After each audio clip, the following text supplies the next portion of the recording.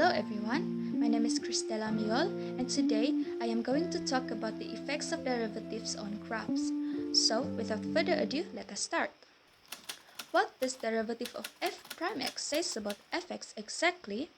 Well, firstly, it is to identify the increasing interval and the decreasing interval. Secondly, it is to identify the local maximum and local minimum. Firstly, let us look at the increasing or decreasing test.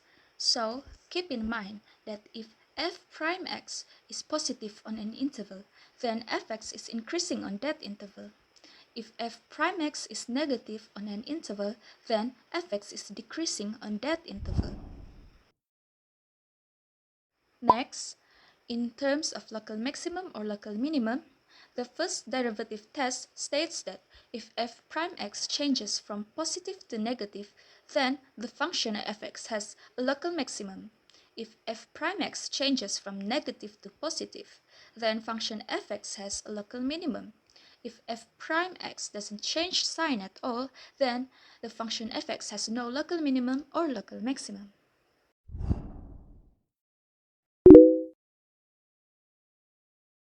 Okay, so for the equation, let us say that fx is equals to x cubed minus 3x squared plus 5. Okay, so firstly, if we want to find the local minimum and local maximum and also its intervals, firstly we have to derive it. It will become 3x squared minus 6x. Okay, and then we have to equal this to 0. So 3x squared minus 6x is equals to 0. After this, we have to factorize this equation. So 3x in bracket 6 minus 2 is equals to 0 after we factorize this. And then we will get the x values, which in here they are the critical points. So the critical points here are x is equals to 0 and x is equals to 2. After we find the critical points, we have to put it in a number line. And so here is 0, here is 2. So for this part, we have to determine whether this interval is positive or negative, as well as this interval and this interval. So here is negative infinity, here is positive infinity. Okay, so how do we find the area of this? The interval here. Firstly, we have to sub in any value which is more than 2 to find this interval. So any value more than 2, we sub into the derivation that we did earlier. So for me, I sub in 3 because it is more than 2. So 3 squared minus 6 multiplied by 3, and then I've got 9. So here is a positive value. So we put the positive. So it is the same for this interval and this interval, where we just sub in the value into the f prime, any value in between here to f prime. So I did this earlier and I got that here is a negative and here is a positive. Okay, so from what we've learned in the video previously, these have meaning. So when f prime is positive, fx will increase. F prime is negative, fx will decrease. Okay, so for this on the line, we know that positive, fx will increase. If f prime x is negative, fx will decrease. And if f prime x is positive, fx will increase. And then by here, we already can see that if this is a minimum or maximum, or this is a minimum and maximum, because it kind of looks like this one, right? Right, so after that, let us write the increasing and decreasing interval first. So the increasing interval is from negative infinity until 0, union with 2 until infinity. Right, this one positive and this one positive. And then for decreasing, it is from 0 up until 2. So for the local minimum and local maximum, we already found out that this is a local maximum and this is a local minimum, but we haven't found the full coordinate. this is only the x-axis. So how do we find that?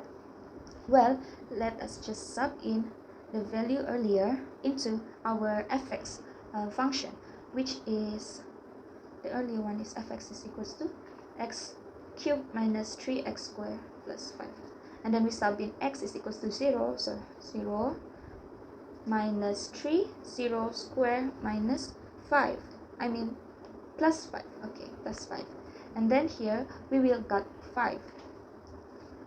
And then for the other one, we sub in 3 minus 3, 2 plus 5. And then we will get 1. Okay, so I already got mine when x is 2, y is 1, when x is 0. Okay, so I already got my point for maximum and minimum points. My maximum is 0, 5, and my minimum is 2, 1. And that's the answer. What does the derivative of f double prime x says about fx? Firstly, it is to identify the intervals of concavity, either upward or downward. Secondly, it is to identify point of inflection. And thirdly, it can also identify local maximum and local minimum. In terms of concavity test, if f double prime x is positive, then the graph of fx is concaved upward. If f double prime x is negative, then the graph of fx is concave downward. For a function which graphs changes from concave upward to concave downward or vice versa, the point of changes between those two concavity is called the inflection point. For local minimum and local maximum, in terms of f double prime x, the second derivative test states that if f prime c is equals to 0 and f double prime c is more than 0, then function of fx has a local minimum at c. If f prime c is 0 and f double prime c is less than 0, then the function of fx has a local maximum at c. Okay, so for the next question, let us take the previous question that we did earlier, which is fx is equals to x cubed minus 3x squared plus 5. Okay, so from here we will try to determine the concavity, the inflection point, and whether it has local minimum or local maximum.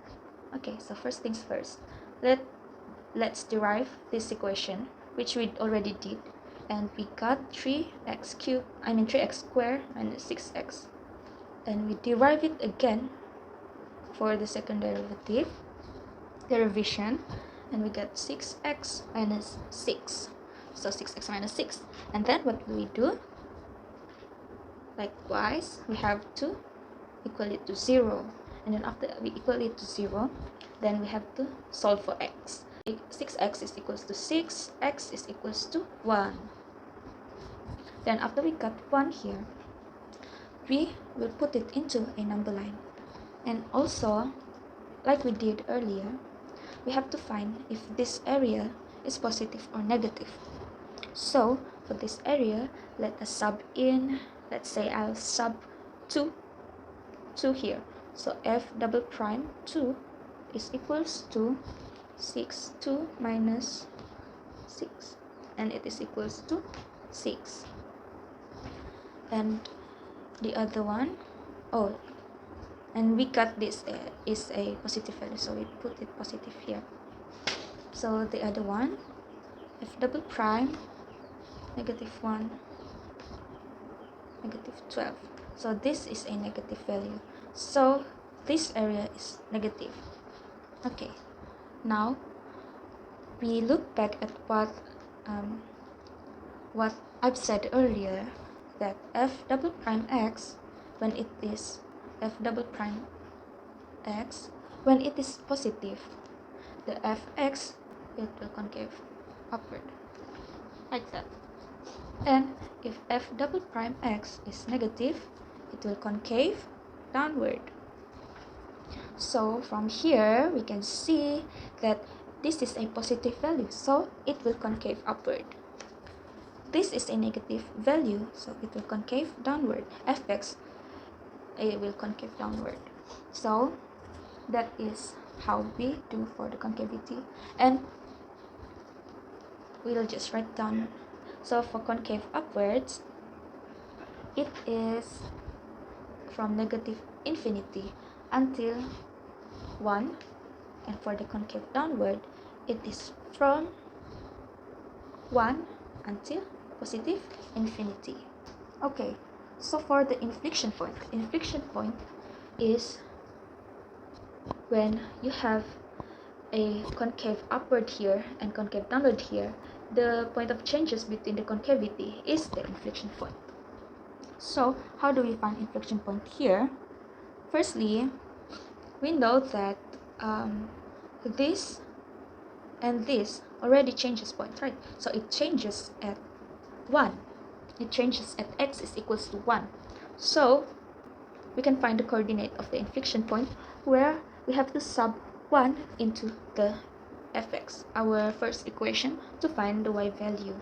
So f1 is equals to 1 minus 3 1 square plus 5, and then we will get is equals to 3, and then our inflection point is this one, 1 3. Now for the local maximum and local minimum of the second derivation, we have to find the critical points of the first derivation first. So the first derivation that we already did is 3x squared minus 6x, and then we solve it to only get x is equals to 0 and x is equals to 2. So both of these are the critical points. And then after that, we have to sub in the critical points into f prime x. We have to sub in the value. When f double prime x is equals to 0, it is 6, 0 minus 6, and we will get negative 6.